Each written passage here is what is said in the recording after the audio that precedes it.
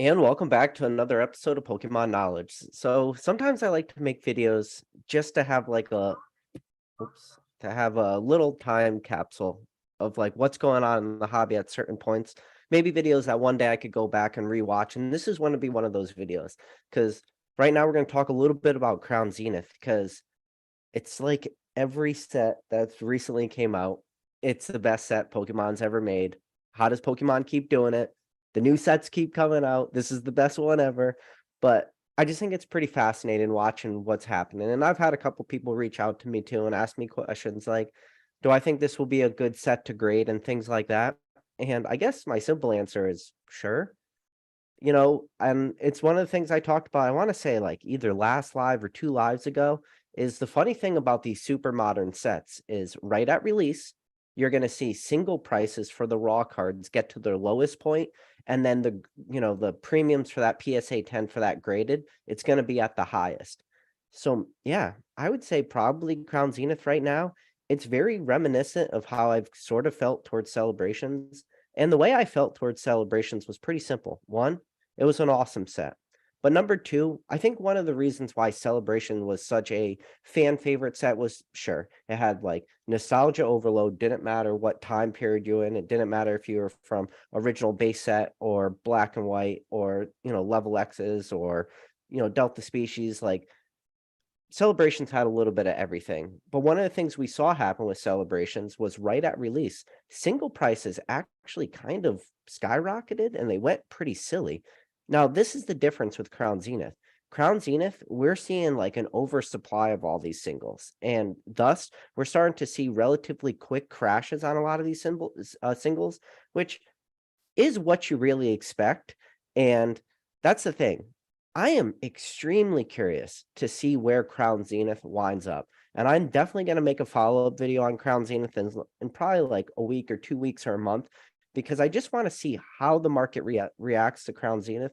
Because as it appears right now, is the pull rates are very favorable. And not only are they favorable, it's pretty favorable with like what the chase cards are. And I'm curious to see how the market like pulls out which cards are truly the best. Obviously, you have like the 4 secret rare gold cards with the Palkia, the Dialga, the Giratina, and the Arceus. Like those 4 make sense, but then we're also seeing like the secret rare Pikachu, which that secret rare Pikachu is just going to be fun to watch to see how the precious collection box winds up. I would say right now that prices for that Japanese precious collection Pikachu, don't get me wrong, completely different release. Those releases are night and day from how that precious collection box was released, how it was just a single promo in there, how it had to be ordered, how it is exclusive to Japanese opposed to Crown Zenith. They can't be any more night and day, but I'm always very curious to see if prices will start to affect, like the growth of other cards. So I'm just going to sit back for like the next week or two. And that Pikachu is one that I'm definitely keeping my eye on. And then there's so many good cards in Crown Zenith. Like, as crazy it is to say, is that Crown Zenith is almost like hindered in a way that the cards are just so good that there's so many different chases just kind of thrown at you all at once, and especially character rare cards like this. I just want to see how the market reacts with this. But now, here we are again. And sometimes I tell you things don't make sense, and I've talked about it before. Sure, there's like a little bit of price arbitrage that goes on different platforms. But right now, today, if you go on eBay and you look at most recent sales, like just type in Crown Zenith, Pokemon Center, ETB, and then just go to sold listings. Not only will you see sold listings for Pokemon Center, Crown Zenith, ETBs, you'll see like auctions with multiple bids, which don't really appear to be shield bidded. But at the same time, if you X out of your eBay webpage and then you go into PokemonCenter.com, they're still readily available on Pokemon Center for whatever they are, like $64.99.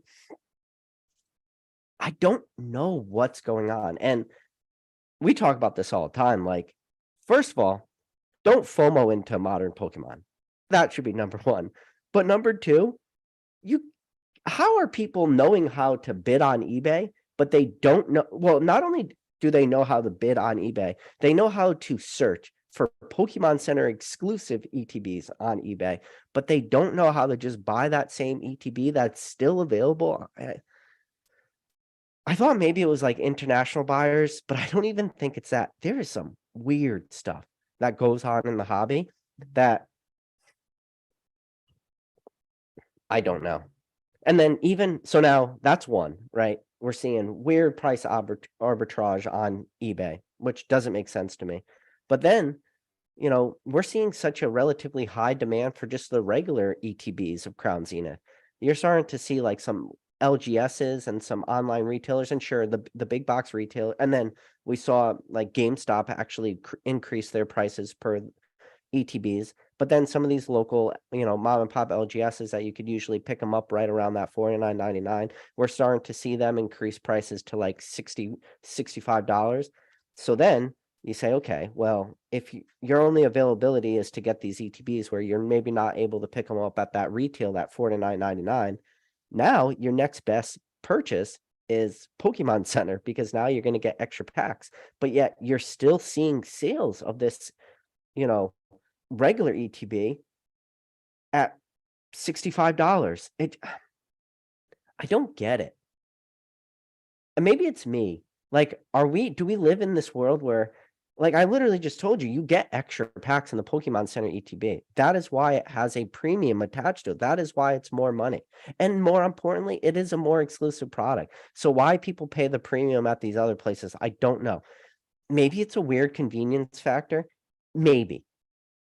But it's not that inconvenience to just go on Pokemon Center and just have it shipped to you. I mean, Pokemon Center is great at, anybody that did their pre-order for Crown Zenith ETBs, they were more or less delivered either Friday, the day of release, or the Saturday, the day after. It's not like you had to wait some crazy amount of time. I don't get it. There's some weird stuff going on. And I was trying to think back in my head. I was like, you know what? Are there any, like, well, first of all, like specialty sets. I mean, we've already seen like stupid prices at release, and I don't know if it's FOMO or what, but like Shining Fates and stuff like that, where Shining Fates right at release, we saw like crazy ETB prices, like almost 2x MSRP. But that was a different timeline. That was in like the height of heights and the peak of peaks and the manias of mania of Pokemon, like coming out of that 2020 like super hype period, like early 2021. It piggybacked right off like, Vivid Voltage and then Battle Styles, but then people couldn't get Champions Pass. So like Shining Fates kind of just like, it just was this weird beast, and it had like that Charizard and stuff. But I was trying to think in my head, I'm like, are there any cards that existed that never really had like the crazy price swings we were used to seeing at release? And I thought really hard about it. And I do think that I did think of one card that at release, it sold for, like a price, and that price has more or less held strong for like almost over half a decade. And that product is Shining Legends, and it's the Mewtwo. Yes, the Mewtwo where it's like straight out of like the Mewtwo Strikes Back movie or Pokemon, the original movie, like when he's in the actual Mewtwo in the tube. If you're not familiar with that card, which I'm going to go on a limb and say that 95% of the people watching this video probably know who that card is, but for the small chance of that 5% that doesn't know that card, it's one of the most beautiful cards. That is like the only card that I was able to actually think of that has just more or less held its price. I'm sure if you could probably go on some, Pokemon card tracker and look at like the price history of that Shining Legends, the Shining Legends Mewtwo, and it's probably floated between like $60 and $80 for years. And I'm sure maybe there's some like outlier sales that if you probably looked at that price track, you could probably find sales at like, and again, this is a raw card. This is not the PSA sales or anything like this. This is just the card as a raw form. And I'm sure maybe you could find like lesser sales, but those lesser sales, especially in the raw, they might have been listed as near mint, but there was probably like some real clear whitening issues or edging issues. But that card like has consistently for years sold between $60 and $80. It has like very little price swings, and that's like the only card I was able to and I had to think pretty hard to think of a card that didn't have like crazy price swings. And that is just one of those cards where like I just like that card. I think a lot of people just like that card, and like it's always had strong demand. It's a good card. It grades okay for PSA 10. I mean, that card now, nobody's really opening up Shining Legends at that point. That market has worked itself out, and that is probably a true price point for that card, and it's kind of always been a true price point for that card in a weird way. And I want to say that that card probably in a PSA 10, if I had to ballpark it, between like, I don't know, probably 1,800, less than 2,000 cards, probably total graded in that in a PSA 10. But they still sell for like, $300 or whatever, $300 to $400 in a PSA 10. It's just like a nice, comfortable spot. But anyways, the reason why I was thinking about that card was because I'm trying to like look at all these modern sets and saying like, are we ever going to get back to the day where like a card just releases and then it just holds like a steady price point? Because right now the market just is dictating itself exactly the way we think it's going to happen. Product, and especially pre-order prices, man. I saw some Crown Zenith pre-order prices that were like kind of sickening. And it's the same question I ask over and over. I don't know who the person is buying this stuff. Like, you would think that history at a point when it comes to modern is unable to repeat itself, especially in the raw cards. But time after time, release after release, right at release, cards are super expensive and then they go down. But now we're starting to see this same thing where, you know, price arbitrage in 2023 on different platforms should not really exist. I don't believe personally that PokemonCenter.com is a website that sleeps on people. But for whatever, and like I said, who's the person who's able to search eBay for that ETB but can't go on Pokemon Center and pick up the same one? I don't know. It's there is a interesting like dichotomy that's going on in this hobby. Like, do you think it's the new collector? Like, I want to ask, like what you guys think. Do you think it is just the new collector? And it's something that it's like something I've brainstormed in the past where is it the new collector or the collector that is not engaged that like allows this stuff to be possible? And it's the same thing with grading cards at release. Modern cards, more or less easy tens depending on the set. And yes, easy tens is subjective. And a set that has great easier tens, and again, easy tens being subjective, like Celebrations, great print quality. A set that had crappy print quality, Shining Fates. Remember, like the very first wave of Shining Fates right at release, all the silvering we saw in the baby Shinings, like terrible print quality for Shining Fates. Celebrations was a huge like sigh of relief for a lot of collectors, a lot of people that like to grade cards, a lot of people that like to get 10. Celebrations had great, grade in. And then now Crown Zenith, we don't really know what the print quality was going to be until we finally got to see a bunch of this open. And now that the market has opened a ton of this product, we found out that the print quality for Crown Zenith is actually pretty fantastic. So without actually having a lot of these cards be graded yet, because it's still so early in the set release, they are probably going to have like, pretty minty cards at release. And keep in mind, modern cards, 9s, 10s, that's probably like where you're going to be falling in ballpark because it is still pack fresh. But I think we're probably going to see a lot of these Crown Zenith cards hit 10s. And the market for these early 10s is pretty silly. Even cards that are readily available on the market, overly abundant, modern promo, stuff like this, they're still fetching, premiums in a 10.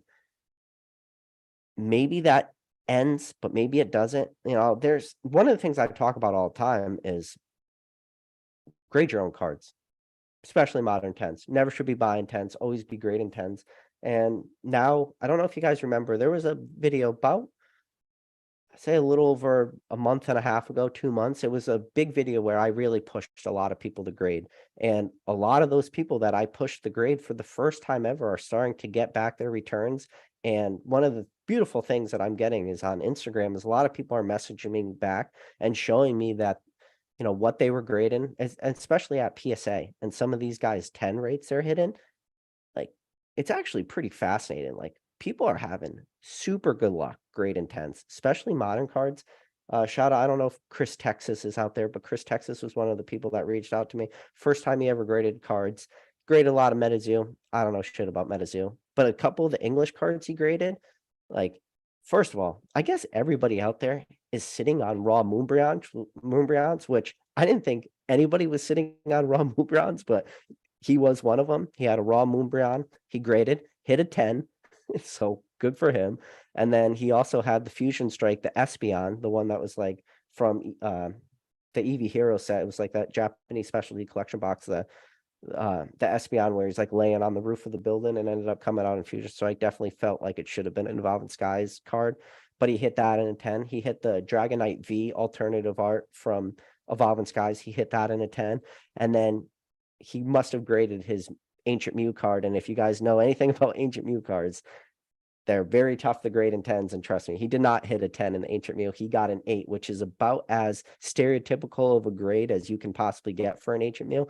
So he actually got pretty lucky there. And then he graded, so he cracked open one of his Sword and Shield Charizard UPCs. Out of his 3 Charizards, the promos, 2 of the 3 hit 10s. So he did pretty good. Like overall, he had a pretty solid like grading experience, and his is just one of many now that I've seen. So I think people are starting to lean towards that side. And I think once people do that, they do their first grade and play, they start to realize like how, because this is the thing, especially when you're going to value cards and you're going to start grading cards and you're going to start to determine like, what do you want to buy? What do you want to, put your money in?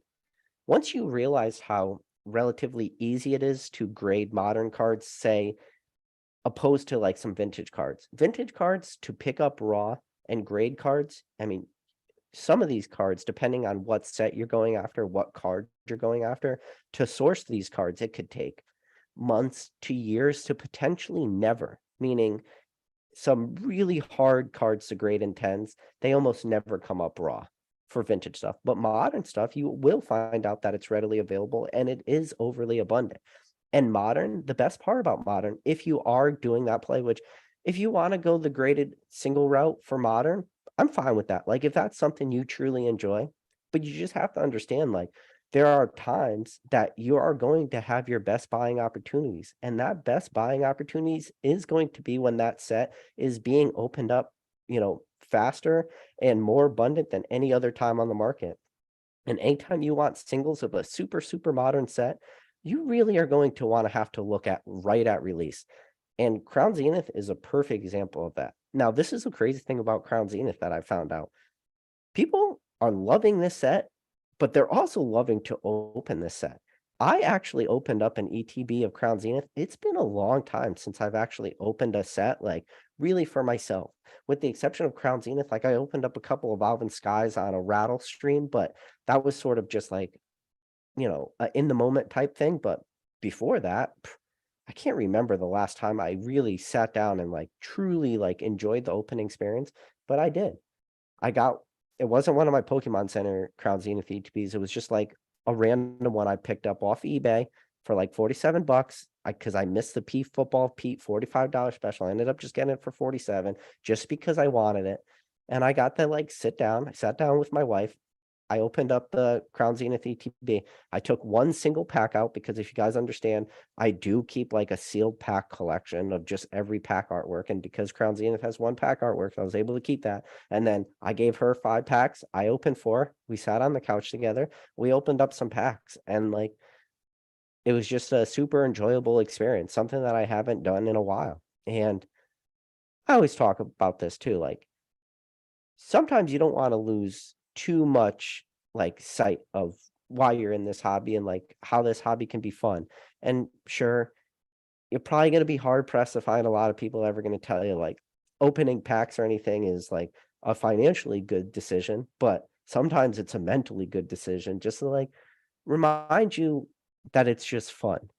Do it responsibly, obviously. Like if you're opening a booster box after booster box and ETB after ETB, and then it stops being fun for you, like maybe you're making a mistake there. But if you could just open up a few packs here and there, because that really is like when you break it down, you think about this hobby, that is one of those super fun things. It's just that pack opening experience. So I didn't want to like make this a super long live, so I did kind of get my, I wanted to brainstorm a little bit about just what's going on. And I think my takeaway that I just want for this video is I want this to be a little times capsule so we can see how the market is reacting today and then look at this in 2 months or a month from now, especially when these graded cards come back, because I want to see what the market truly values over other stuff. And I want to see if Crown Zenith will actually be one of those few sets that people are going to want to create master sets of. Because recently in Pokemon, I have felt that there are a lot of people that, they love the chases, but like the master set feel to it. I feel a lot of people have pulled away from the master set, with the exception of celebrations again. Celebrations, I think, with the 25 card regular set, the number 25 being the secret rare Mew, but then that 25, the classic collection master set, and then you had like the certain tins and stuff that had the Delta species like Mimikyu in it and some of the promos. But Celebrations was a set that I saw a lot of people actually like go back to completed master sets of. And while Crown Zenith is a very large set, I'm gonna be curious to see if we start to see people get back to like that master set collecting mindset. Because to be honest, like when you think about some of these like newer sets and you look at the chase cards right at release, like they're stupid expensive. You know, even if you want like Lost Origins with, the Garantina, that's expensive. And then you got the Altart Aerodactyl. And then right after that, you have like the Altart Lugia. And then forget about it. If you want to collect Evolving Skies, you want to do a master set of a set like that, like super expenses, or even Fusion Strike.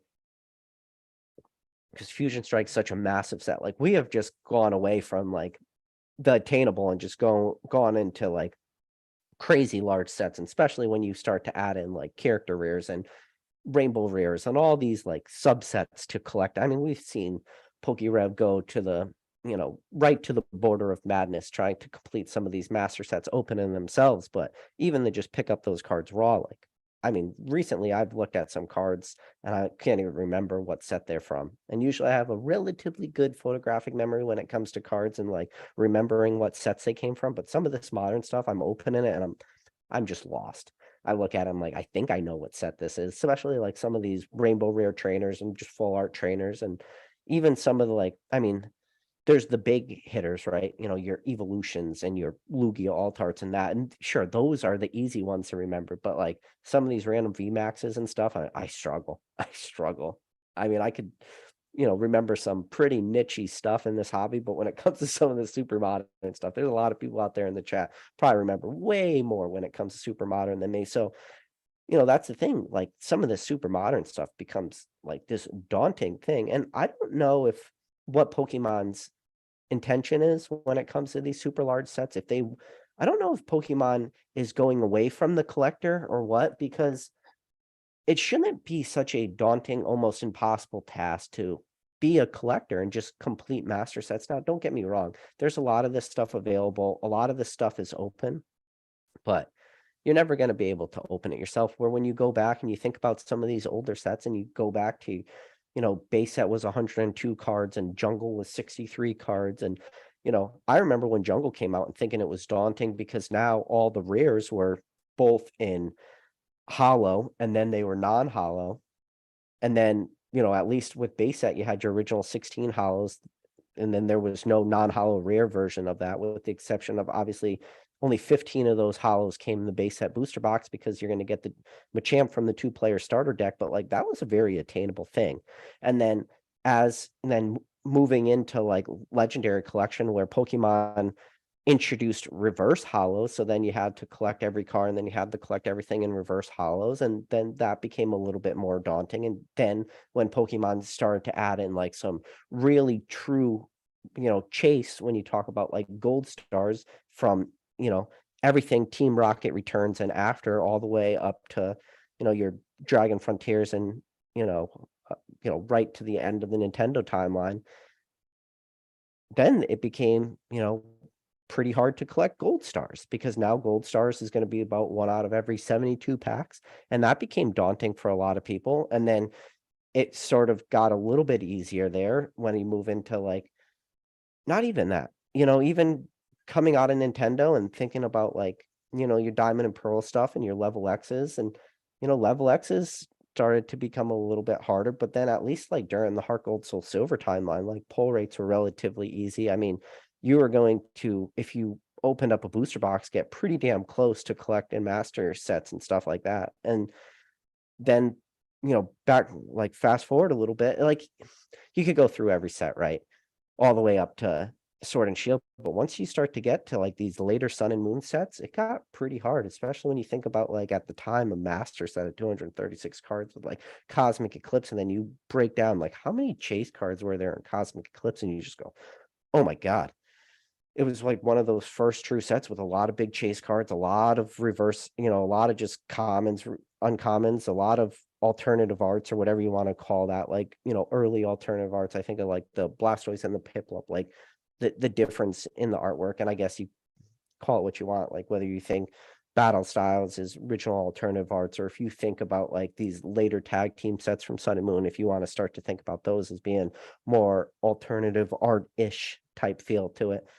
But yeah, coming out of the Sun and Moon to Sword and Shield, just monster sets, unable to complete. That's why Celebrations was a fresh, a little bit of fresh air. And the same thing with Crown Zenith now too, a little bit of fresh air. And it might actually be that breath of fresh air for a lot of people that Crown Zenith chase, because if the market is so overly saturated and we do see these single prices start to truly deteriorate the way I think they're going to, especially now, and I've talked about this before, when it comes to modern Pokemon, you have got to be living in the now. Living in the now for modern is where it's at. And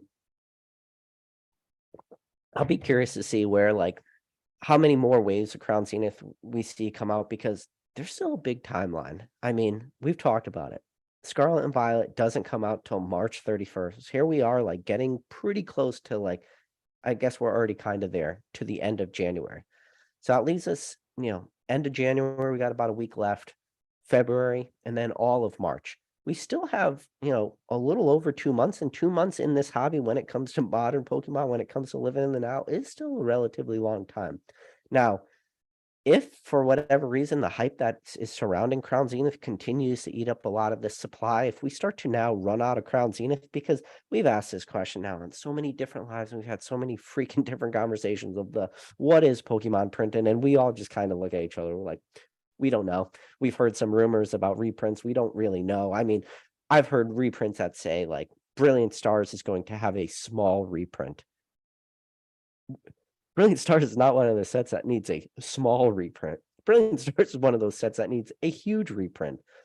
And I talked about it as recently as my last live, and I'm not going to get into it too much, but looking at Brilliant Star TCG player prices and that crazy price of booster box are selling for, at the same time, you can go on Pokemon Center and pick it up for 143, which, again, if you're picking it up at 143 on Pokemon Center, you have now had such a huge timeline in this hobby where, you could have picked up your Brilliant Stars for a lot cheaper. Listen, anytime you are waiting for prices to get, the price of a booster box for your entry point to be 143, like, you are behind the 8 ball a little bit, especially when it comes to modern Pokemon. But I think that is a booster box that it has the, true ability to really run away as soon as it's no longer available on Pokemon Center. Pokemon Center is definitely 100%, in my opinion. Again, this is my opinion.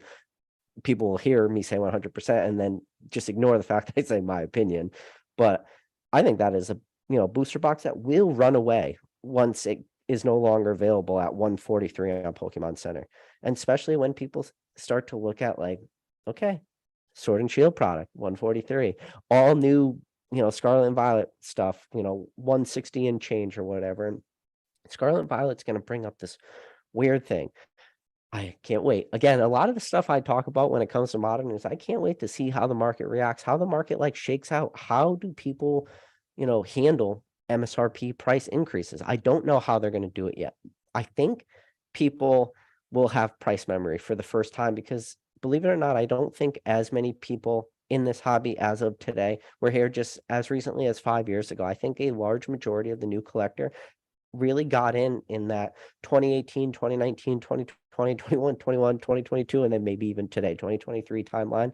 So if you've only really been here for the last 5 years, man, you have now grown a new price memory to what Sword and Shield booster boxes are going to cost. And I can't wait. I can't wait to see how everyone reacts to Scarlet and Violet. And, super early on, one of the things Pokemon did a really good job at, which sometimes you get beat down a little bit, you get beat down mentally, seeing all like the releases and some of the spoilers. And one thing Pokemon did a relatively good job at, I mean, we're starting to see some of the spoilers come out now, but Scarlet and Violet was really kept under wraps for a long time. And people started bringing up the question of, is Scarlet and Violet going to be a stinker set and stuff like this? But I think now we've seen enough of the releases where I don't think it's going to be a stinker set. I think it's going to just continue being great sets, and it's going to continue bringing demand. And, you know, it's just that great thing. It's a great thing for Pokemon to keep doing this, and I will be curious.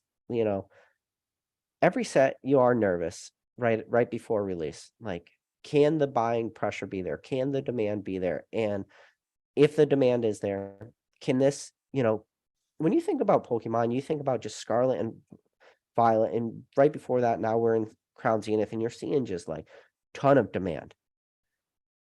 Does demand go into perpetuity? Like, is it just a never-ending thing? Is there never a pullback? Because there was a lot of times where, I was a little hesitant when it comes to like pullback. And it's one of those things, like you got to be nervous about it. You can't just, every set can't just double into foreverness, right? Like the demand can't keep doubling and compounding, because eventually, like, when you have exponential growth on anything, especially like a hobby like this, exponential is, when you think about like the Richter scale, right? Like a magnitude 1 is so much different than like a magnitude 7. And we are in a Pokemon like almost acting on like the Richter scale, where like just the demand is just increasing, like 40 times over sometimes. Maybe not that drastic, but it's there. We are. And I've said this on other lives, and people will hear what I say and they'll be like, PK doesn't like modern. And it doesn't matter how many times I tell you I do like modern, people will only ever hear what they want, and they will only ever pull out the tidbits they want. But I've said it on other lives, and I'll continue to say it. As of right now, today, Pokemon is in a fantastic place. Now, I don't know how long this continues to last for. I think we will see the signs earlier, like, because we're maybe a little bit more engaged in the hobby. I think when we start to see like true pullbacks and stuff like this, I think we will be aware of it, much quicker. But I think one of the things in the past that has been able to, hold back Pokemon is keeping stuff available. And what do I mean by that? Well, in the past, like, stuff was available, so prices couldn't run away all the time. And a good example of that would be like everything at distribution pre-2020. For the most part, with the exception, you could go back and get some XY sets. Sure, you couldn't get the big heavy hitters like, at distribution pre-2020, 2019 timeline. Like, you're probably not going to be picking up Phantom Forces from distributor. You probably weren't going to be picking up Flash Fire, but you're definitely still going to have evolutions available. You're definitely still going to have like, your Fates Collides and Breakthrough, Breakpoint, and Steam Siege, and whatever, like the end XY sets were, like, those were going to be available. And because they were available, at distro for so long, prices didn't really have any way to creep up. They didn't have a way to just run away and explode, because if they did have any sort of runaway, let's say you had a booster box go from 100 to 160. Well, that price wasn't sustainable at 160, because anybody who is engaged in the market, anybody who had that distributor agreement, just going to go order more from distribution, say, oh, okay, now I could go pick this box up for 86.50. Look, the market's selling it at 160. By the time I get it, like, we'll just bring the price back down. We're going to buy these things to move. And that was one of the things that was there. Supply was there. And we've seen supply, and sure, you can say 2020 was like this black swan event, and that is a great point. And I'm not saying anybody's wrong to call 2020 a black swan event where everything got dried up. And I've already talked about this, like the day Steam Siege went up and the day Crimson Invasion went up, because we have now scraped the barrel and there was no other booster boxes available with the exception of a Crimson Invasion. Like, when you get to that point in this hobby and that booster box started to creep up, like, you knew that supply was low. And then Pokemon just continued to have slow trickling supply, and we've had this, I'm probably already said it 3 times in this live already. Like, what is Pokemon printing? Like, why is there not supply? Until eventually we did see that flood of booster boxes, and it came in like a perfect wave, where it was that Darkness Ablaze, Vivid Voltage, Battle Styles, Evolving Skies, all those booster boxes hit right at what was it? No, I'm sorry. It was Chill and Rain, Fusion Strike, Evolving Skies, and Battle Styles, Chill and Rain, Fusion Strike, and Evolving Skies. All 4 of those booster boxes hit out a while. And then it was finally like, okay, there's booster boxes available again. And then, we saw crazy run-ups on like the Darkness Ablaze, ETBs, and Vivid Voltage. That's why I mentioned those 2 sets. And then we saw reprints of those sort of hit and then, killed stuff like that. But then when you live in the now and you see like, booster box prices of Evolving Skies and Fusion Strike and Chill and Rain drop below 80 and Battle Styles drop below 80, you say, okay, like we're back to stuff being available. And then somehow the market was strong enough to just eat this all up. And it took a little while, and a little while again. I say all the time, modern Pokemon is such a subjective terminology, and because you are always living in the now. So when I say it took a little while, we're talking a couple months. And sure, for those who are over leveraged on there, it might have felt like an eternity. And I'm sure there's a lot of store owners out there who bought a lot of this stuff. And when some of this booster box prices got so low, no matter what the market did today, they didn't have the option to sit on this stuff for 6 months and wait for the market to recover. One, because they didn't know if the market would recover. And number two, sometimes when you're, leverage, you can't just sit on product and hope and pray. Not everybody could be like a Rudy, where he could just have his wall of booster boxes, stuff like this. So the market was able to just slowly but surely eat this stuff up. And we're starting to see things that, like I said, are very reminiscent of Crimson Invasion. We're starting to see Battle Styles booster box slowly but surely creep up. And they're not going crazy, but that price is just starting to tick up. And this is the thing, like there's still over, if there's one booster box that's left over, it's, Battle Styles, but we're starting to see Battle Styles slowly get eaten up, very similar to the, same exact scenario as Crimson Invasion. Like, ask me, there's almost no difference to it. It feels the same, it looks the same. If it walks like a duck, talks like a duck, it's probably a duck. And that's Crimson Invasion. That's how Battle Styles gives to me. So it's like almost seeing history in a weird way, like this weird cyclical thing where it's just a big circle, and it just started here, and then we worked our way back, and here we go. We just started right back to that crazy hype period. And we'll see. Maybe what we need is just a massive dump of product again. And this is the thing too. Like, you look back on timelines where there's stuff that people said we're never going to get reprinted, and it does. And this is the thing we talk about when I say, like, this is a fun time. I've already mentioned it. Anybody right now who bought modern product, they haven't lost a dime. In fact, every single one of them should be up money, with the exception of if you just bought all your stuff at release on Pokemon Center for 143, which I say they never do. And same thing will happen with Scarlet and Violet. People pay over 160. But if you were waiting for your entry points and you got good entry points, you are up in all this product. And the same thing was true with Roaring Skies, and the same thing was true with Ultra Prism. Roaring Skies booster boxes creeped up to 280. Yes, today they're probably right around 280. But let's never forget what like huge reprints can do for very popular sets. Sure, that Shaman being a super playable card, that Shaman was also in like, especially collection boxes and stuff like this, because Pokemon, that was a playability aspect. I don't think that was so much as like a chase card investability demand aspect. But then the same thing with like Ultra Prism. Ultra Prism, booster boxes, everybody said they were short printed, Ultra Prism was not available. Booster box prices increased. Reprints were off the table for a lot of people. Ultra Prism was getting out of rotation. Doesn't make sense for Pokemon to reprint a set that's no longer going to be in a rotation. And then what happened? Like 2 weeks out, 2 weeks from Ultra Prism being out of rotation, bam, here's your reprint. Like, it happens. So I do think maybe we need a little, and this is the stuff, like when we talk about modern, when we talk about like, just understand that this stuff is possible. Whether you think it's going to happen or not, that's fine. Everybody needs to like, play this game of mental gymnastics however they want to play it. But just understand, like, that this stuff is possible. The only thing that kind of bothers me is the people that say it's not possible or there's no way Pokemon's going to do this, and it's just like, I've heard all this stuff before. And you remember how I just did that big cyclical thing where we just come right back to the beginning. This is a big circle. It's like, oh man, I have a feeling like so many of the conversations I've heard about sets in the past. And keep in mind, Roaring Skies hurt a lot of people, especially a lot of people that were speculating on Pokemon. And again, you talk about modern, you talk about you living in the today. The people that are living in the today for Roaring Skies got some, got hit.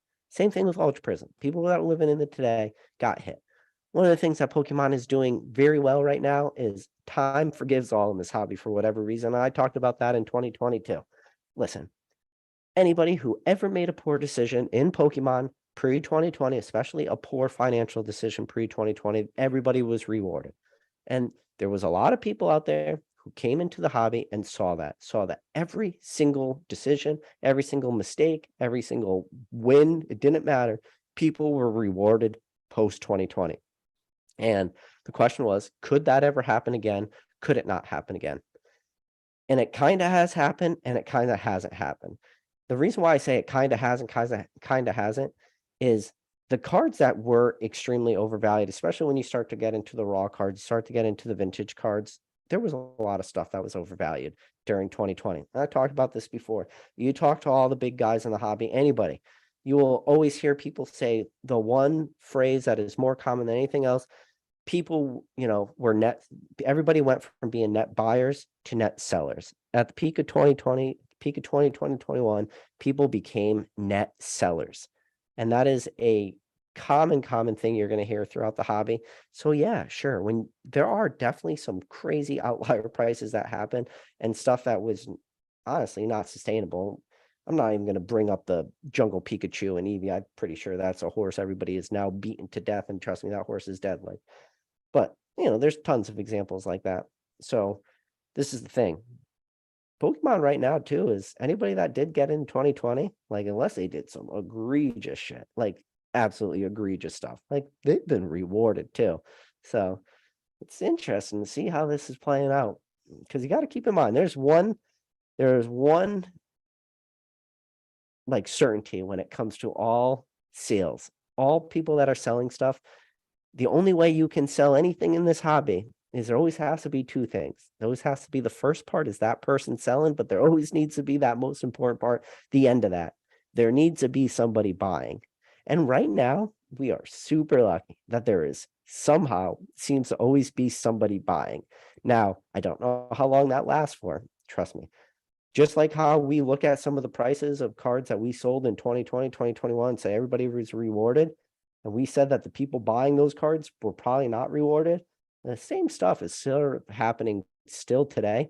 Trust me, there's some graded cards that I've seen recently sell on the market. Again, those first to market type plays, people are going to be punished.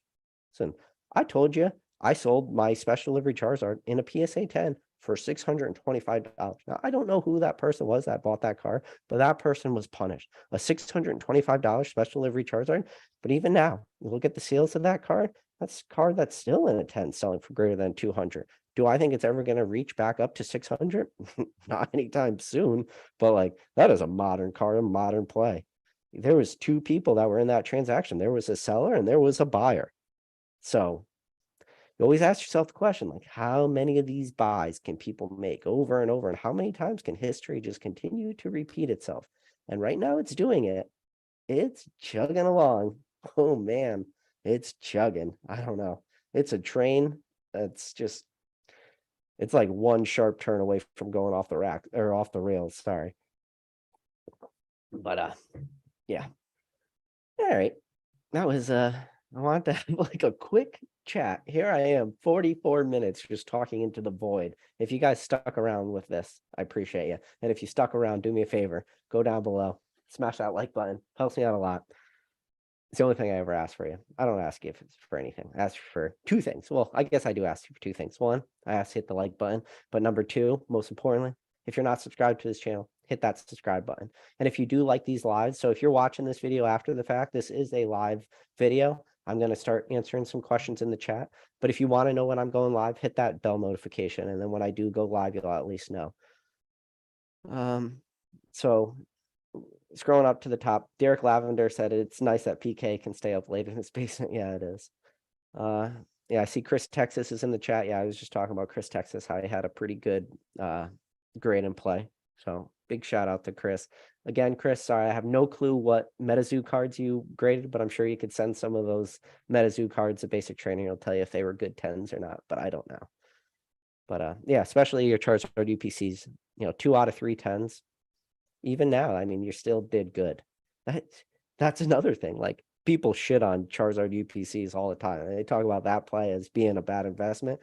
When you hit 2 or 3 and 10s, and that's like pretty good. You're into those for $45 in grading, whatever those 2 10s are going to sell for. And then again, we're just all the 16 packs that came in your Charizard UPC. Like, I guess we don't even put value on them at this point. I mean, there's a couple of Oven Skies packs, some Brilliant Stars. Like, we just equated a value of 0 to those 16 packs, and you still did pretty good by doing that play. And again, that Charizard UPC is one of the things that I talked about over and over and over again, that I do believe that that was like a breakdown play right at release. But in the future, I do believe that that will eventually be a sealed product play. I think we might be getting close to that, but we're not there quite yet. As long as the market is continuing to value these 10s the way it's doing, I know some people out there had some really poor luck, but we're starting to see what those pop reports are doing. Like, sure, the 9s are overabundant, but hit the 10, you still kind of like win that Pokemon Lotto, which why anybody would spend that kind of money on a Charizard UPC promo in a 10 and not just try to do that grade and play themselves. That I'll never understand. So Chill Phil said, this is talking about the Pokemon Center ETBs for Crown Zenith. He said the ETBs weren't up until like yesterday on the Pokemon Center. Yeah, but the sales I'm talking about are sales that happened today. So they've been up today and tomorrow, but yet the sales are still happening for these Pokemon Center ETBs at like crazy prices. So I do agree with you though. And it is always funny too. Like, obviously here we are like a couple days out of release for Crown Zenith, but it is amazing because you gotta assume that Pokemon Center, especially when it comes to these ETBs, sure, they did their pre-orders and stuff like this, so right at release they had to ship out a ton of these, but man, how many of these things got eaten up right on the day of release? I mean, how much demand? I can only imagine. Isn't something I've never even considered doing, but I mean, I could always try. I'd probably get a strong no, but man, if I could ever get like just somebody from Pokemon Center, which again, I know everybody in the chat is going to say this is never going to happen, and I agree with you, but a man could still dream. And listen, I would dream to have somebody who is like relatively high up in the logistics of PokemonCenter.com and like, their warehouses, and just talk about like what type of like little army they need to do or what kind of logistics they need to move the product they're moving. I mean, they're moving a ton of stuff. Just the special delivery Charizards alone. Again, special delivery Charizards just being a code, not even like a product. But how many people redeemed special delivery Charizards? Like, how many boxes worth of $20 worth of product went out just for special delivery Charizards alone, just so people could get their promos? Like, I get 10 eBay orders one day, and like sometimes I feel overwhelmed with 10 eBay orders. Like, I can't even imagine. And trust me, I know you got your Nick old school Pokemons out here who's grinding 50-cent singles, which 10 orders in a day, that's like he could do that in his sleep. But I mean, some of these guys, I mean, Pokemon Center, man, I've got some weird Pokemon Center deliveries recently. Like, one of the things I already talked about this, is I like to have one pack art set of every set. And one of the ways I did that was just getting, not the build and battle blocks, the build and battle kits. Wait, was that what are the 6-pack one? I can't even remember. I don't even know what the booster bundle. I got a booster bundle of, Silver Tempest with one of my Charizard UPCs. So it came with 6 packs, and I was able to complete my art set with that. But when I got that, it came in like this gigantic box. It was huge. And like, I said to my wife when I was like, did you order anything? She's like, no. And then inside of it, rattling around, was like this little teeny booster bundle box in this gigantic box. So I don't even know like how they decide to ship stuff the way they do, but they must just be moving stuff.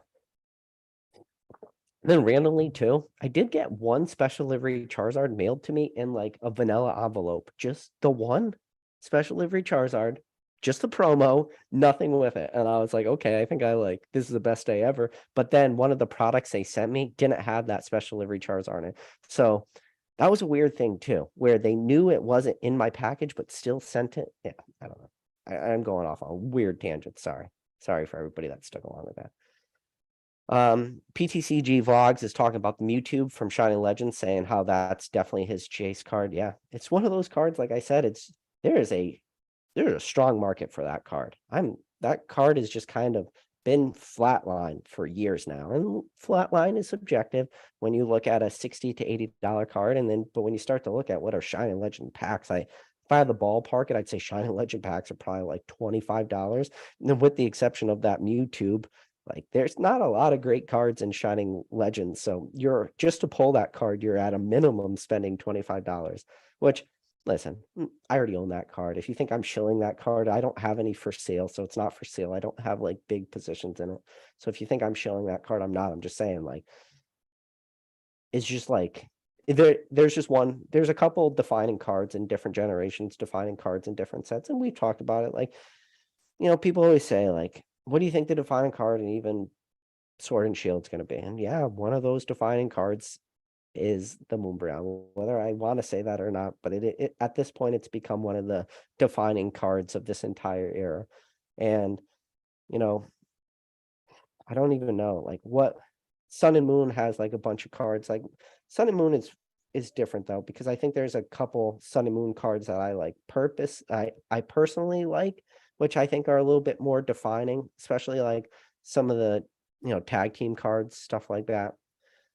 But when you think about Shining Legends and you think about that, I mean, sure, Hidden Fates is easy. Hidden Fates got the Charizard, but Shining Legends is hands down, without a doubt. Like if you had a poll of what card defines that era, what set or what card defines Shining Legends, if you had a poll, you would probably get 100%, and it is impossible to get 100% agreement on anything in this hobby. That is a card that probably at 100% of the people are going to agree in this hobby. That is one, the defining card of that set, and number two, probably one of the top cards ever. And I bet you if you put a top 10 list of greatest cards of all time, greatest artworks, I bet you that would fall within a lot of people's top 10 artworks of all time. Yeah, probably. It has the makings of a good card. Here we go. Everybody check on eBay. See if I just accidentally created a buyout. This is the thing too. Before you go out and think you're going to start buying up eBay, it's still Shining Legends. Print quality is still shit. If you're going on eBay, you think you're going to pick up a raw card and grade that baby a 10, you are gravely mistaken. That is a card you will have to be relatively patient. That is a card that is on my radar almost all the time, and they very, very rarely come up raw, like in true near mint condition. So you need to shop around. You're gonna have to probably wait like months to years to find that card as a truly good 10 quality. And like I said, there's probably around 1,800 of those cards available in a 10. So yeah.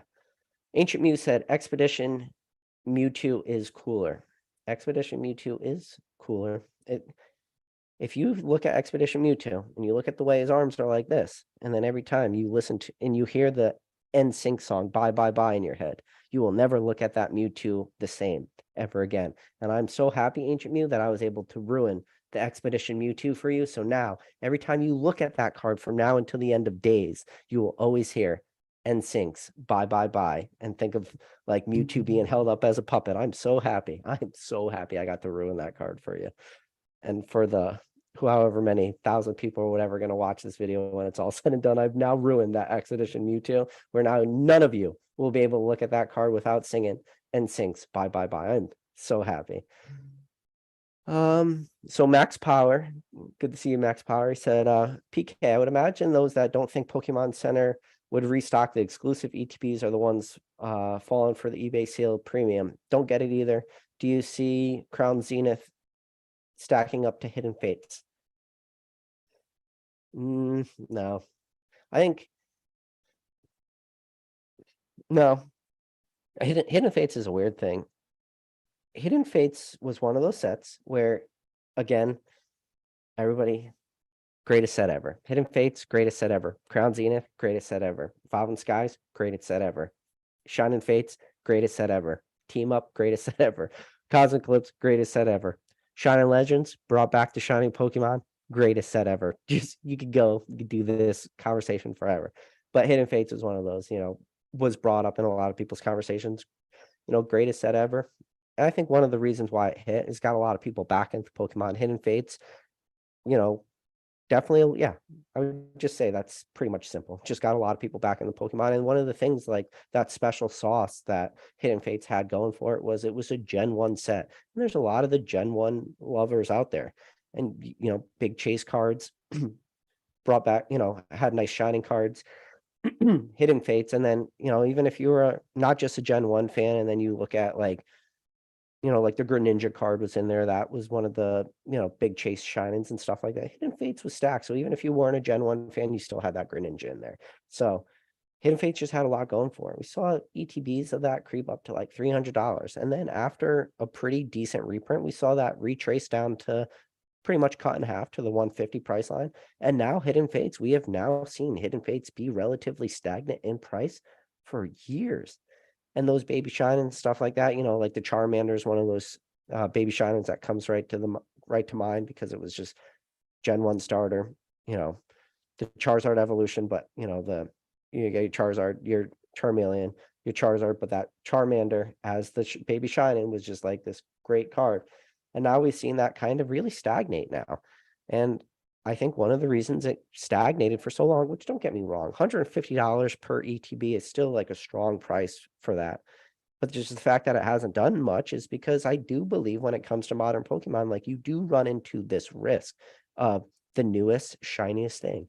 And, I'm very curious just to see how like V-Star Universe plays out. Everybody loved V-Star Universe, Japanese set, Japanese specialty set, crazy booster box prices, relatively low printing. I relative again is subjective, but like a lot of people are just still waiting on the restocks of that. But let me phrase it that way, like a set that is still waiting on restocks. But now that Crown Zenith is there and people now have that English option, like I'm curious to see how Crown or V-Star Universe does in the short term. I think we're in a fun timeline just watching how stuff plays out.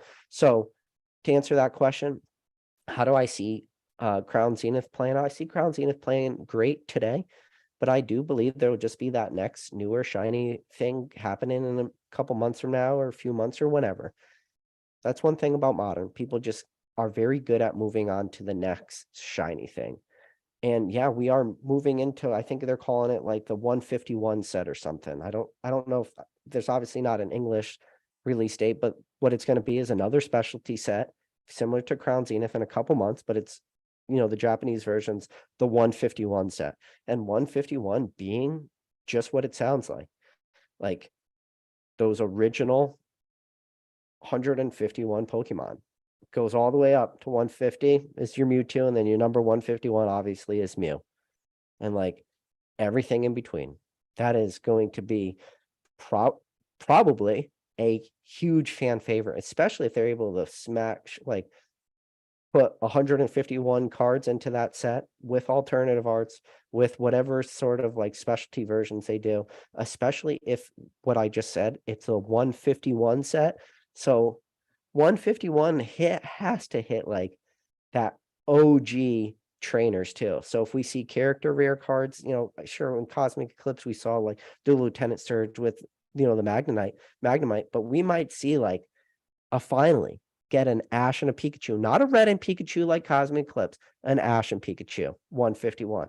We might get a Misty and Psyduck, which I guess we've already technically seen that, like all the way back to like Top Suns, there's a Misty and Psyduck, or like a Brock and Onyx, or a Brock and Geodude, or a Brock and Vulpix, like, or yeah, and then obviously we saw like the Misty with the Starmie, like that was the character rare card, which was again an awesome card, but like, like a Blaine with his Magmar, or Sabrina with her Gengar, or whatever, like go back to those original like OG gym with those OG like starter Pokemon. and maybe get like Gary, and then just give Gary like a character rare card where he has, I don't know, I just say give Gary one of each of the main 3 starters. Just give him like the Bulbasaur, give him the Squirtle, give him the Charmander, put them all on one card, because depending on which Pokemon you chose in red, like Gary was always going to pick the opposite one from you. So just give them all 3, but like just bring it back. Bring it back to like the original. 151 could slap. It could slap so hard. And listen, right now, everybody just loves them some Charizard, loves them some Gen 1 Pokemon, loves them, especially when it comes to, the final form, final evolutions, your Venusaurs, your Blastoise, your Charizard. But we're talking a 151 set.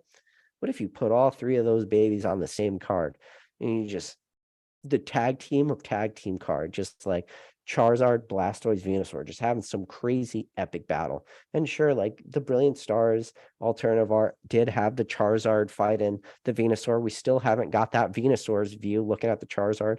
But then even with the Charizard UPCs, we got the Charizard versus Mewtwo. And now with Crown Zenith, we got the other point of view. We got the Mewtwo fight in the Charizard. But just put the big 3 on it and just watch the freaking market go crazy. A 151 set, it's going to be the same way. The same way we're trying to just sit back and wait and see how the market's going to value Crown Zenith. It's going to be the same way. We're going to sit back. We're going to wait. We're going to see how the market values a 151 set. And I think one of the things is Pokemon has this ability to just create Pokemon from now till forever. But my God, they just keep going back to those original 151s. And, people say like maybe the kids of today aren't going to have that same nostalgic feel to these old Pokemon the same way like I do, or maybe one of you out there watching this video. But I say, man, I'll tell you what, I bet you if you had a video recorder of every single like kid that pulled a Charizard, I bet you they're super happy, and they could freaking care less that Charizard just happens to be from Gen 1. They want that Charizard because they know Charizard. They know, and listen, Pokemon has made so many goddamn Charizard cards in the last couple years. It's like almost like a sickening thing, but my God, it just pulls its weight. Maybe one day like we pull and we pull away from that, and maybe the hobby as a whole could start to value things a little bit different than the way it does. But God, there's a lot of freaking Charizards. All right. Pokemon Collector says he thinks it's just FOMO from new collectors. Talk about those Crown Zenith Pokemon Center ETBs. Yeah, Ancient Mew said there's just too many bangers in Crown Zenith. There's a lot. So Tom Barbo, again, I just said this. Everyone has a Moonbrown. He said he just submitted his raw Moonbrown last week. Tom, good luck. I hope you get the 10. I hope you're not one of those unlucky few that get the PSA 9, and then super unlucky get anything less than a 9, which probably, statistically speaking, going to get the 10. But there's always a chance for 9. I hope that is not you. Max Power says grading costs have come down since the hype died some, but overall the price has gone up. There's money left on the table if you're not grading as well. If you're PSA/CGC/Beckett, yeah, there's still some arbitrage going on too with grades. Like, I was in a private chat with Rattle the other day, and I cracked like a handful of CGC cards, and I was just doing it while I was talking to him, and he was just laughing out loud. He's like, "Man, how much money has been wasted just like grading with these other card companies?" And he's not wrong. And how Rattle feels about grading just in general. So just it probably gives him a little bit of happiness just to watch me crack a CGC slab, which again, even at CGC when they were at their absolute lowest, or at least when I say absolute lowest, like when I was grading cards at $7.20 with their membership, with the 10-15% off, $7.20, like that's still $7.20 per slab that I paid, that I'm cracking, or somebody out there paid, especially if I then found a card that was worthy of cracking.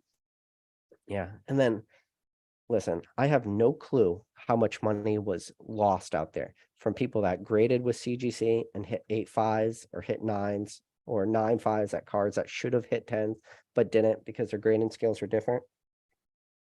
The amount of money that was lost just by not properly grading with the right company and not getting 10s. And listen, people are going to tell me I like CGC because they grade harsher and it's a more true grade. Yeah, okay. Why don't you go back and watch my video where I crack a bunch of CGC cards and submit them. But then why don't you go watch a lot of people's videos where they're cracking some old CGC cards, submitting them back to CGC. Yeah, they're not even like going the PSA route. They just win it with CGC anyways and getting higher grades. So trust me, you can say what you want. Change their grading scales. It was a big FU to a lot of people out there, especially the biggest FU, which is the saddest part of all this, is to the early adapters. Pikachu said PK with the new setup. Yeah, it's a nice little setup. I like it because I can now just come down, turn on my computer, start recording videos. No setup. I was doing it in the living room. It was just got too much. But now this is my workspace too. So that's great. But man, it's crazy how messy your desk can get. Like this, I've now like cleaned my desk off like 4 or 5 different times just because it gets just so saturated with like, all this stuff. So Oreo Cakester said Fusion Strike and Celebrations are the only master sets he has. So if you do have a Fusion Strike set that you're able to complete, man, like mad props to you. Like that's not an easy set to complete. Like Fusion Strike was a monster set and does have some pretty decent chase cards to it. My personal chase card, and this is that beautiful thing, and this thing I talk about all the time, is it's so great when your personal chase card is not the most expensive card in the set. And my chase card in Fusion Strike is a Celebi Altar. And it feels so good when your chase card is not the most expensive. Like a perfect example of a card that I've now picked up a decent position, and I don't know if I've mentioned this in a video, is just like the Pikachu, the full art with the pink background from Vivid Voltage, not the hyper rare Chunkachu, just the full art Pikachu with the pink background. I love the way the pink pops. I love the way it looks graded. Card I just love. But my God, that card is less than $10 now, and it feels so good. So good when your chase card is the cheapest card. And then, rewind a little bit before that, Cosmic Eclipse, my chase card was the Reds Pikachu. Again, felt so good that my chase card wasn't, the Brexen and Charizard or whatever, like it feels good. Trust me, it feels good. And it's the same thing with Lost Origin. Lost Origin, super modern set. My chase card is the Sleepy Pika. You got the Sleepy T from Battle Styles, which sadly, the Sleepy T is my chase card for Battle Styles, which sucks that happens to be the most expensive card. But then the Lost Origins got the Sleepy Pika. That's also my chase card, and that's a $5 card. And it feels so good when your chase card is a cheaper card. So, but yeah, I do love Fusion Strike, and Celebrations is just a great set. And you could open a couple ETBs and get pretty darn close to completing that master set yourself, and you didn't have to go out and open or go out and buy too many. If you like to go, what I said earlier in this video is just have that pack opening experience and not let it all be about the money 100% of the time. Just don't do anything ridiculous. Let's see. Professor Oak says, anyone else feel grounded when PK goes live? I appreciate you, Professor Oak. And if anybody's not in Professor Oak's Discord, listen, I've now shilled Professor Oak's Discord on so many different lives. I don't know how many people are in Professor Oak's Discord because I've brought them there, but it's probably a decent amount of people. If you guys are not part of Professor Oak's Discord, what are you doing? Join Professor Oak's Discord. There's 2 Discords I recommend above all others. Professor Oak's Discord and Rattle Pokemon's Discord. If you guys have questions, if you want to just bullshit some Pokemon, those are the 2 Discords you want to be in. And one of the hardest things about Pokemon, especially for those who are maybe a little bit newer to Pokemon or just, getting deeper down the rabbit hole and starting to discover channels like this, like sometimes you might have some questions and it's hard to get that answer. And when you're in a Discord like that and you're in the general chat, it's easy to just put that question out there and you're going to have a pretty good chance of, 1, somebody answering it. But number 2, the other person on the other end of that answer might actually know what they're talking about. Like Rattle's Discord, when you get some of those answers, like hopefully the people answering your question are going to have the information you're really looking for. When sometimes I go on like these Pokemon Reddit pages or whatever, and I'm looking at some of the most ridiculous questions asked and then looking at the responses from people, I'm seeing like people post clearly fake cards and saying, do you think this card is real? And then like the first comment is, oh, maybe.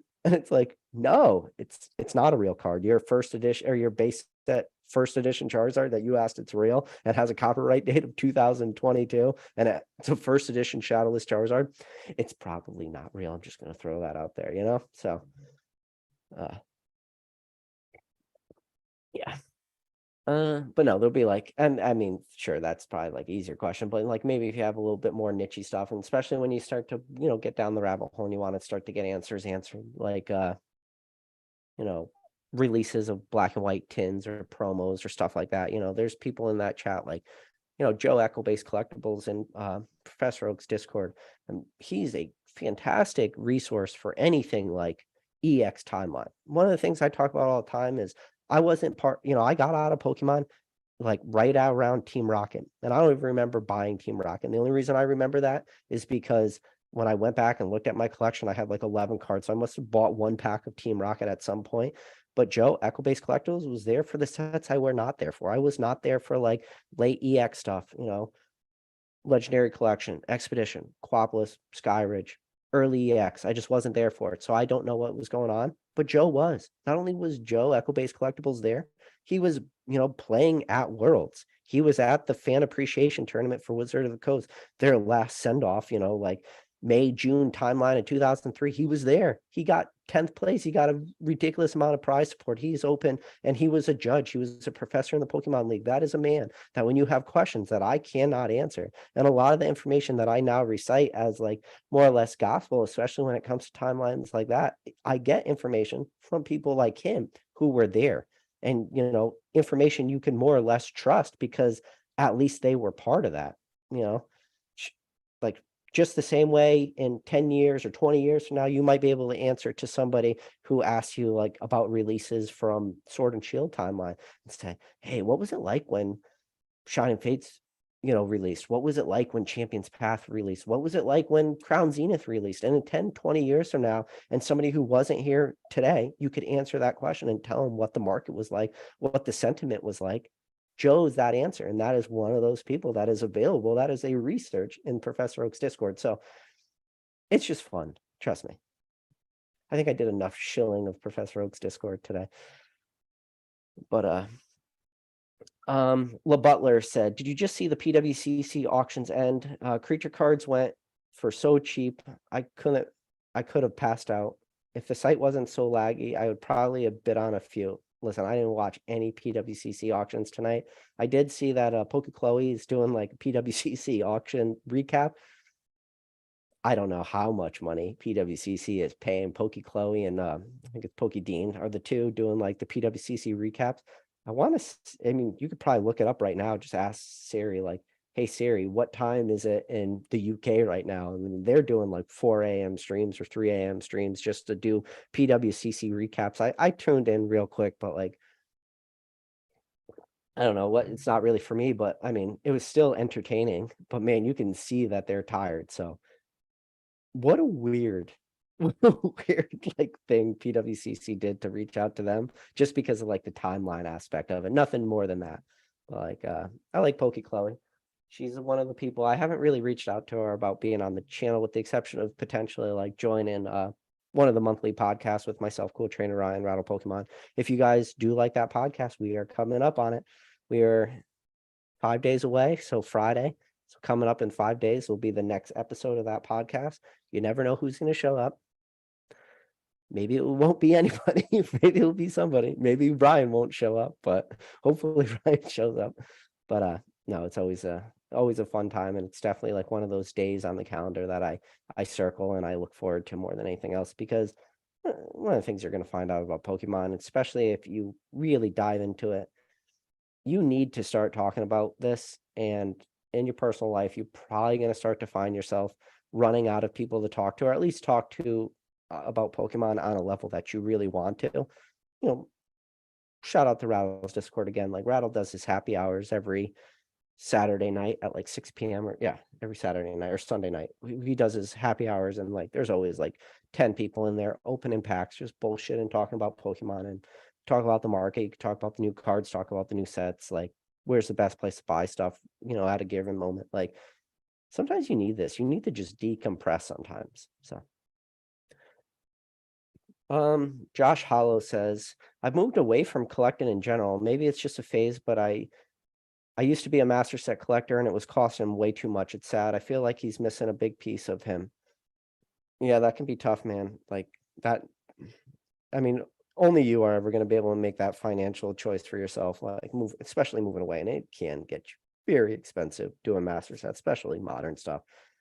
I mean, I don't know what the breakdown of, just raw prices for Evolving Skies is right now today. I'm sure, yeah, obviously the Moonbryon is a big chunk of that, but you're still looking at like even the other like Umbreon V or the Sylveons, and it gets expensive. Like Evolving Skies is not a cheap set to do a master set for. And then even like Brilliant Stars with the 5 different Charizards in it. I mean, I guess the Altart Charizard is, I was about to make a huge mistake and say it's probably relatively underpriced for this current market, but I don't really think any of that stuff is underpriced. But I'll be interested to see how the market plays out once these sets start to get a little bit older. Because, I look at sets, and I brought it up, and I mentioned I like the full art pink background, full art Pikachu from Vivid Voltage. But, you're starting to see like, what is the hyper rare Chunkachu doing? Start to look at those sales, and you're like, okay, like I could see that card starting to level out a little bit because right at release, crazy demand, crazy prices. That card raw, stupid expensive. That card in a PSA 10, absolutely stupid expensive. But now prices start to retrace. That card is probably not going to be opened as much as it is. I mean, it's still being opened. It's still a modern set. Vivid Voltage is still readily available right now in certain products. And I think even today, you could probably go on Pokemon Center and still pick up like the 3-pack blisters of Vivid Voltage. But it's the market slowly cooling off with that. And that card, if you're looking at how many are being graded, the population per day is slowly ticking down. And then maybe someday Vivid Voltage will get to a nice point.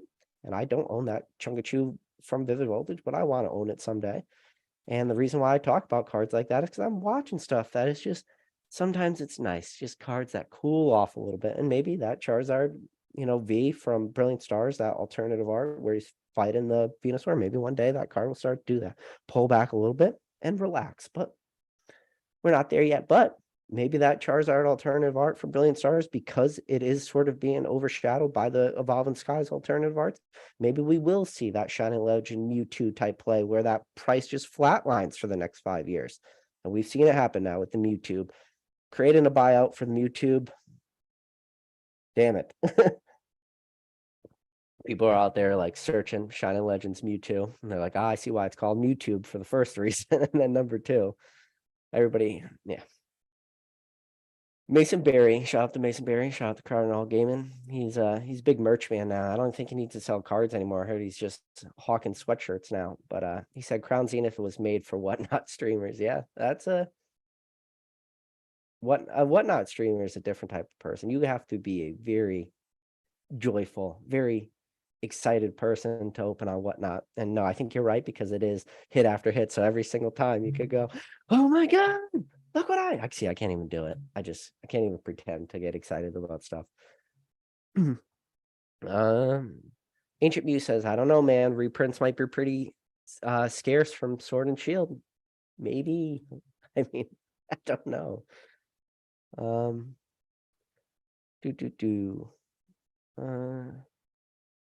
Yeah, people are saying it's time to pick up some singles for the binder. So Mason Berry said he's already sold out on about 85% of the ETBs he sold out. It's been 3 days. Yeah, when you got a sell-through rate 85% in 3 days, that's like drastic, because I will be curious like what the reorders are like, for, I don't know what they're probably paying from LGSs, or what LGSs are paying for ETBs, but I have to ballpark it right now for these specialty ETBs, probably looking between like $33 and $35. So if your price point is 33, 35, those things are selling, like you said, 85% in 3 days. Probably going to see a big run at distribution. People just pretty much saying like, give me as much as you can give me, because I can now move through this product. And it's not bad, when you got a product like this right at release, where worst case scenario is you sell it at MSRP. And yeah, sure, we're going to see those outlier sales of people really moving. And we've seen a couple move them out like, 45, 44. But even recently, I've seen Pete Football Pete, shout out to Scott, like he's brought his prices back up. We're starting to see the market like already correct back to MSRP. So we'll see. Yeah, Mason saying Pokemon is a freight train. It is. It's a train that's, like I said, it's just one sharp turn from that train going off the rails. John Doe says, if you're looking to pay over MSRP for an ETP, just go on Pokemon Center for their ETP. At least Pokemon Center does have exclusive artwork and it does have extra packs in it. So at least you got the extra packs. $5 a pack is still, I don't know, a lot of money-ish. It depends how you want to value the contents of that ETB. If you put no value to the contents of a Pokemon Center ETB or just any ETB in general, which I think most people do put little or very little value to the contents, then yeah, it's probably not your best place. One of the boxes I'm actually kind of looking forward to, I'll probably pick up one of them. It's just like the Pikachu box. I actually like that Pikachu that's in there. Let's see. So Johto Jake said Pokemon Center ETBs were selling on Thursday for over $200 on TCG Player. People are wild. Pokemon Center always drops restocks on day one of release. That is crazy that it was selling for $200 on TCG Player. I need to become more like, I mean, I understand like what the market's doing, but I need to start selling into some of this crazy hype because I had my 4 Pokemon Center ETBs that I got during the pre-order and they were just mailed to me. But my God, $200 a piece means my case would have been hypothetically worth $800. Oh my God, who's buying this shit? Who's buying it?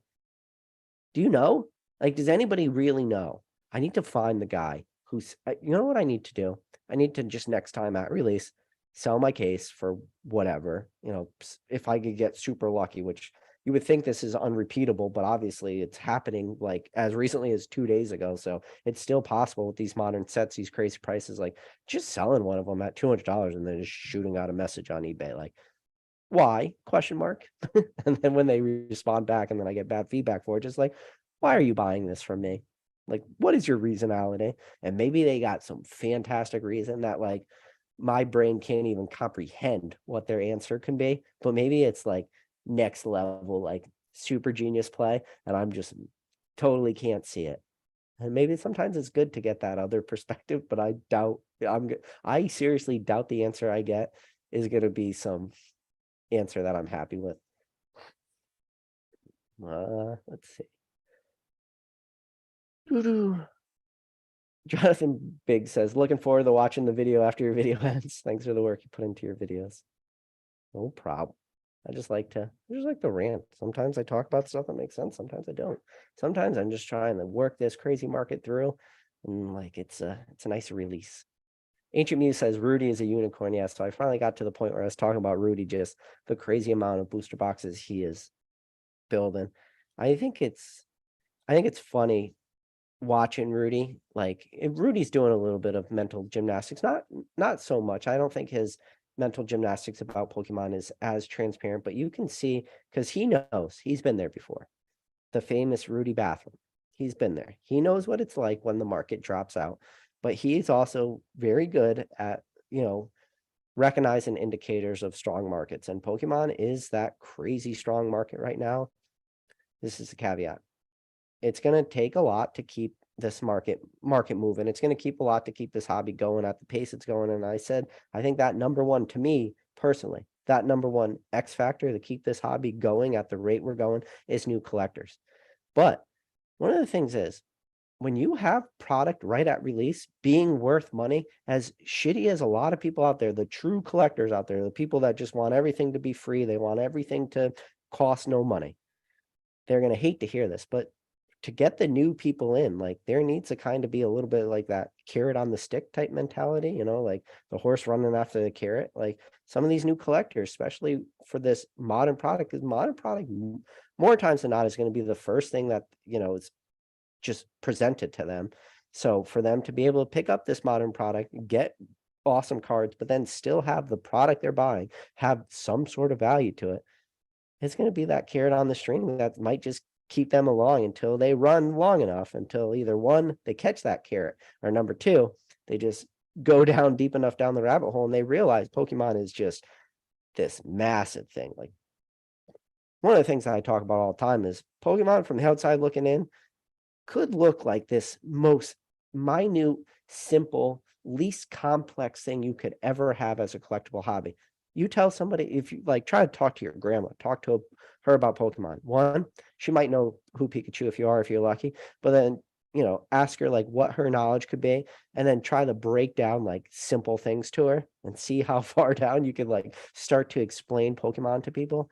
Limited releases, different languages, different timelines, like navigating this hobby on the macro scale, navigating everything is a daunting thing. I talk about this all the time. Like Pokemon, it's one of the things that I'm engaged in more than all others. And every day, I'm still fascinated by how much stuff in this hobby I still do not know. And I will tell you today, and I will tell you tomorrow, and a week from now, and a year from now, and 3 years from now, and a million years from now.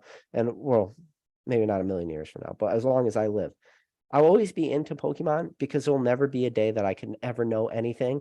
And probably the day that I feel I do know everything will be the last day I'm in this hobby. But luckily, I'll never get to that point because this hobby is just so crazy massive. So Brandon Baker says, history doesn't repeat, but it does rhyme. Ooh, I like that quote, Brendan. Let's see. La Butler says, anything under 3K was cheap for him until today. PWCC is the way to go buy cheap. It's just a shame. The site sucks. I don't think PWCC is that bad. I like PWCC. We got Z&G Emporium. Z&G Emporium will tell you how strong the market is. He could just throw as many cards to auction as he possibly wants and just watch stuff sell. Yeah, so Z&G Emporium says when he buys Modern, you can sell. That will be an indicator. So Z&G is just saying he'll be a little late to the party. But man, I mean, Z&G's made a couple good shorts. He'll take like a vintage card and a modern card, and he'll hold it up and say, this vintage card is this hard to pull, and there's population of this, and then there's this modern card, which is readily available on the market. There's 4 times the population. Which one do you think sells for more? And it's that modern card. And that is a definition, though, of how strong currently the Pokemon hobby is. Where the dangers is, for me, is when I look at that, PSA pop 1 of a brand new set that was released a week ago that is selling for crazy premiums. I say, is that price sustainable? The same way maybe that vintage card is. Normally it's not, with the exception of like maybe one outlier, like the Moonbreon, where we're still seeing like pretty strong prices for that. But with the exception of that one card, and you look at almost all other cards, it's going to probably be like a little bit of a downturn right at release. So John Doe saying Pokemon can't print enough. Maybe they should buy another printing company. Yeah. That's another thing. When they bought Millennium Print Group, everybody's like, all right, here we go. Printers finally going burr mode, real hardcore burr mode. And then it was just like, okay, I haven't seen any difference. Have you seen the difference? Unless we are actually seeing a difference, and the difference we're seeing is just still not enough because the demand is exponentially higher than all of us think. So I don't know. We always say, we don't have real numbers, so it's just a lot of speculating. But my God, Pokemon's printing a lot of this stuff, and it must be nice too. Just sit back in their executive office, like the CEO, just sitting back in his chair with his hands behind his head, just going, we just print as much as we possibly can, and people are going to keep buying this stuff. And I think they're probably looking around, they're saying, how long do you think everybody could buy this shit for? And everybody's just looking around, go, I don't know. But maybe they're not that. I think maybe they're making it as a long-term play, and that could be it too. Maybe they're throttling the printing, and they're saying, listen, if we want this hype to continue, we can't oversaturate the market so at such a stupid amount that it crushes prices. We need to keep that carrot on the string for these people. Maybe they're doing that.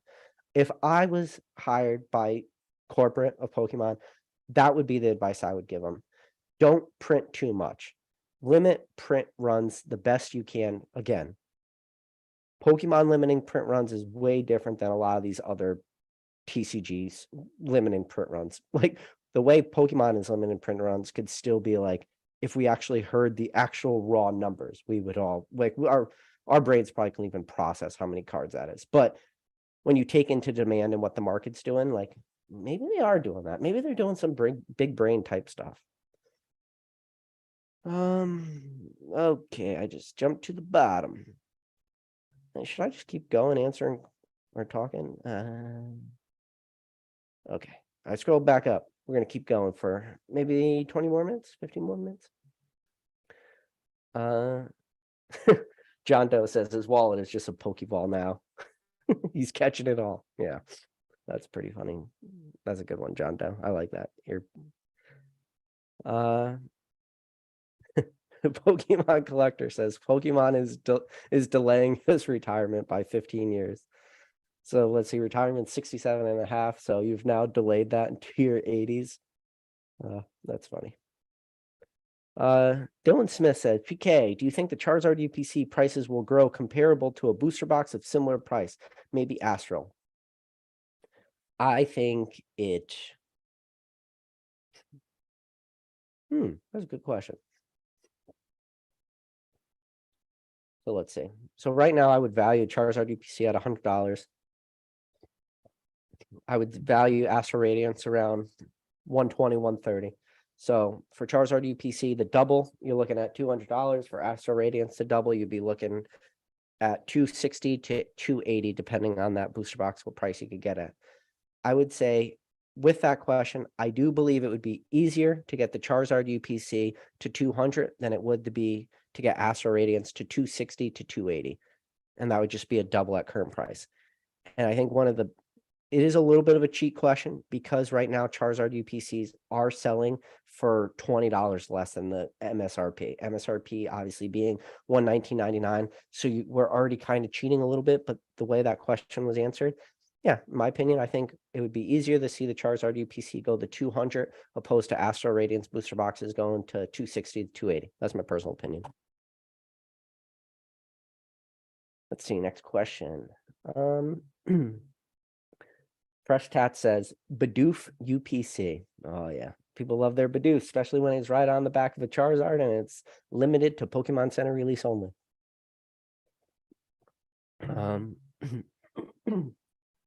Ancient Mew says he's excited for the rest of the Crown Zenith line to get released. Yeah, and depending on who you are, if you could get that product stolen and then say you didn't know it was stolen, you could get it a lot earlier. I'm not going to get into that, but that's a whole crazy stuff that's going on. Some real bad takes from the people that are getting that stolen product. I don't get it. Fresh Tats says, PK, what's the best set? Skyridge. What's the best modern set? Right there. Cosmic Eclipse. That's your best modern set right there. In my opinion, that's best modern set ever.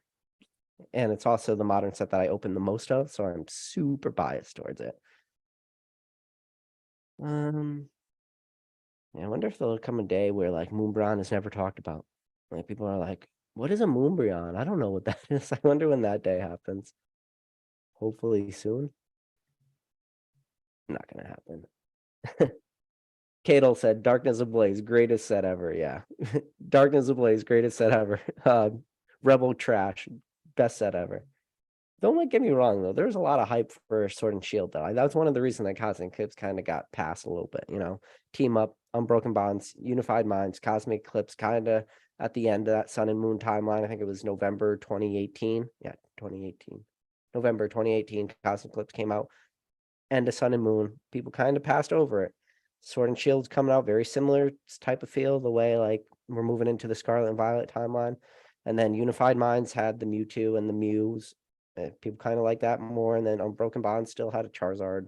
Whatever reason people like Unbroken Bonds, but then Team Up, but Team Up was also like relatively short printed, which didn't make sense. Team Up should have got a reprint, never did. So yeah, it kind of, I think the world finally came to Cosmic Eclipse, but that's why it's my favorite set. But besides Skyridge, maybe Team Rocket Returns probably like my number 2. I would say Team Rocket Returns is probably a lot of people's number 1 for best set ever, especially when you start to break it down and you start to look at the sets and you start to look at all, good cards. And you could just even ignore the gold stars in that set, the Treco, the Mudkip, and the, what did I say? Treco, Mudkip, and which one am I missing? Treco, Mudkip. Oh, Torchic. Ugh, duh, the most expensive card in the set.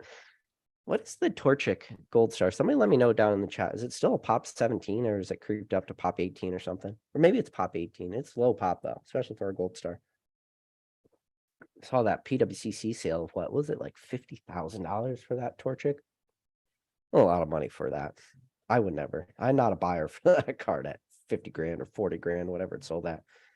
Yeah, 50. Maybe it was like, 10, 20, $30,000. Just sound like collectible guru when I don't know what price it sold for. And I just said maybe it was 40, maybe it was 50. Say, there you go. Collectibles guru. Shout out to you.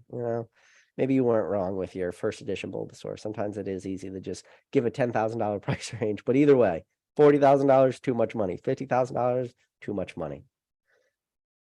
But Kuwait from Compton says, hello. I am one of those people that lost some money grading to CGC initially. I did crack some of the slabs and sent them to PSA and got 9, 10 cards, actually got better grades. Yeah.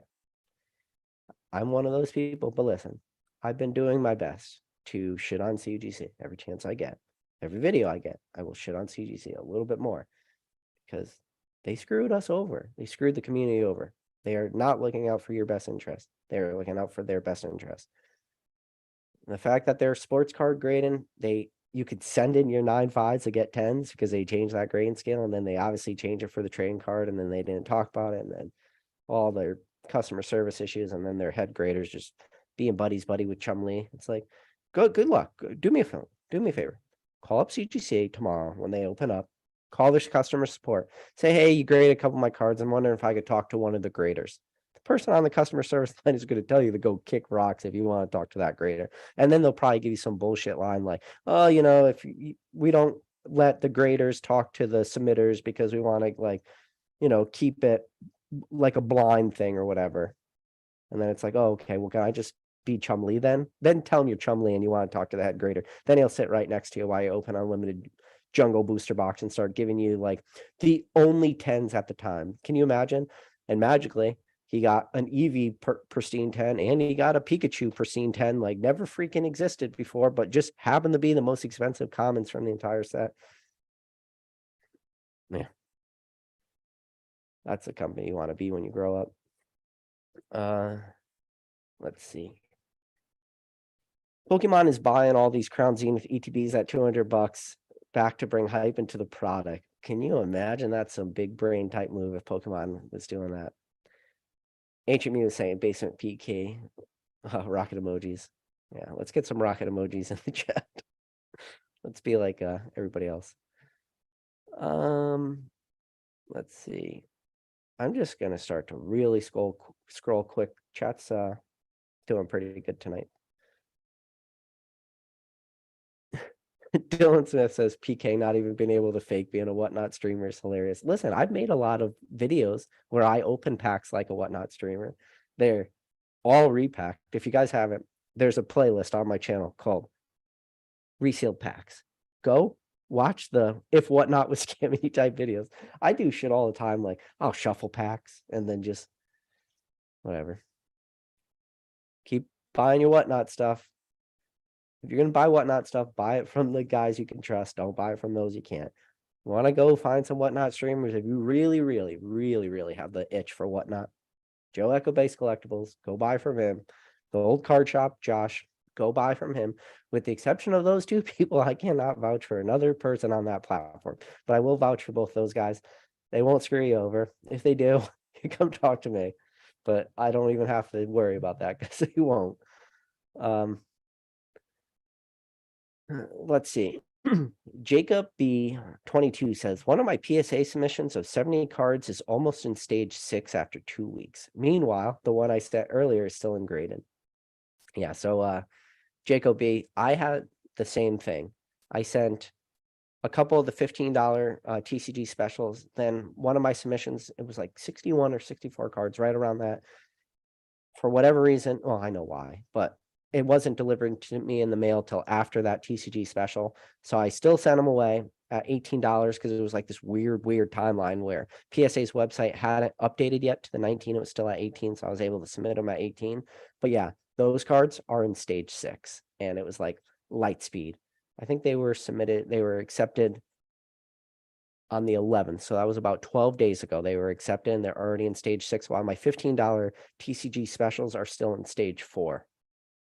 But yeah, I actually got a submission. I got my grades, but I'm not good. I don't know how you guys are. Like I watch Gem at Pokemon all the time. He's really good at not looking at his grades. I'm really bad at not looking at my grades. As soon as I get that email notifications, your grades are ready, I'm just clicking that email as fast as well, usually I'm doing it on my phone. As fast as my finger could press that email, I'm clicking on looking at my grades. And one of my submissions that I'm getting back was a relatively small one. It was like 19 cards or something. My 10 rate was fantastic. And it was a lot of cards that I've already previously submitted, got poor grades on, or not the same card, but like the same character of a card. Got some decent 10s. That's it, man. You want to print in this hobby? You got to get 10s. 9.5s, people don't like 9.5s. People don't like 9s. Get your 10s. So Cheval says looks way better with that setup. Good to see Cheval. Cheval is one of the OGs out there. Yeah, I'm pretty lucky.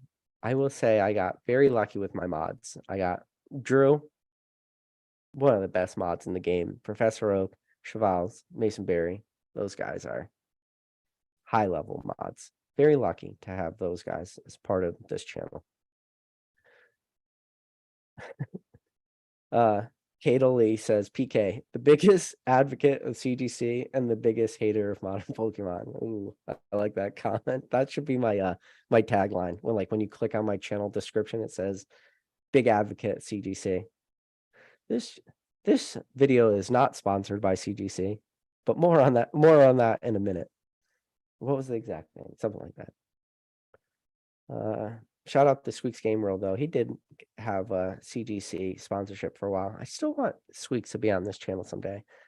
Hopefully, one day we get Squeaks on this channel. He is somebody that I do hope to have on, just to have a one-on-one. I was lucky. He did join a chat once when I had Pokemon Radar on. He joined at the end of it, but it was still like the 3 of us, and we just kind of bullshitting for a little bit. But I would like to have a one-on-one. I like to get more of his thought process on black and white stuff, because Squeaks had his Squeaks Game World. Like, he was doing a lot of competitive play during the black and white timeline. I think I don't know if he went to Worlds, but he was definitely doing a lot of the regional stuff, and that's when he started creating the store. So he has some of the knowledge that I am lacking on, like the distribution aspect of black and white. And that is something that I've been looking to find somebody that really has a deep knowledge of that. I talked about it a little bit with Mason when he joined, but Mason was saying when he opened up his store, like, black and white was still readily available, but it was really mainly during like the XY timeline that he got in.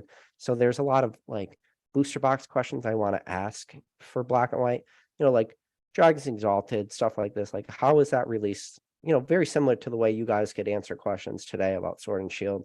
I don't have the ability to answer that question about black and white. Like, I have, like little bits and pieces, like like Dark Explorers and stuff like that. Dark Explorers kind of being underprinted, because Dark Explorers was always like relatively expensive for being a booster box, but I don't have like all the information I need. So Squeaks is a person I would need to really like pick his brain, because he would have the gaps in the information that I need. So, but I did it. I kind of made it to the bottom of the chat. I skipped a lot of questions. Sorry about that for everybody. Listen, I appreciate every single one of you guys. Listen, if you made it to the end of this video after an hour and 43 minutes, first of all, thank you for donating to me your time. But number one, please smash that like button. If you smash that like button, it helps me out so much. It pushes this channel out to potentially people that have never seen this channel. And I just like to talk Pokemon, and I want as many people to be able to watch it who are at least hopefully either taking something from this video, whether it's educational or if it's not even educational, as long as they're being entertained. But like that said, appreciate every single one of you guys. You guys are some of the best. No, not some. You are the best listeners in all of YouTube. And if it wasn't for you guys, I wouldn't be making these videos. But with that said, again, special shout out to Drew, Chevals, Mason, Professor Oak. Appreciate every single one of you guys. Catch you on the next video.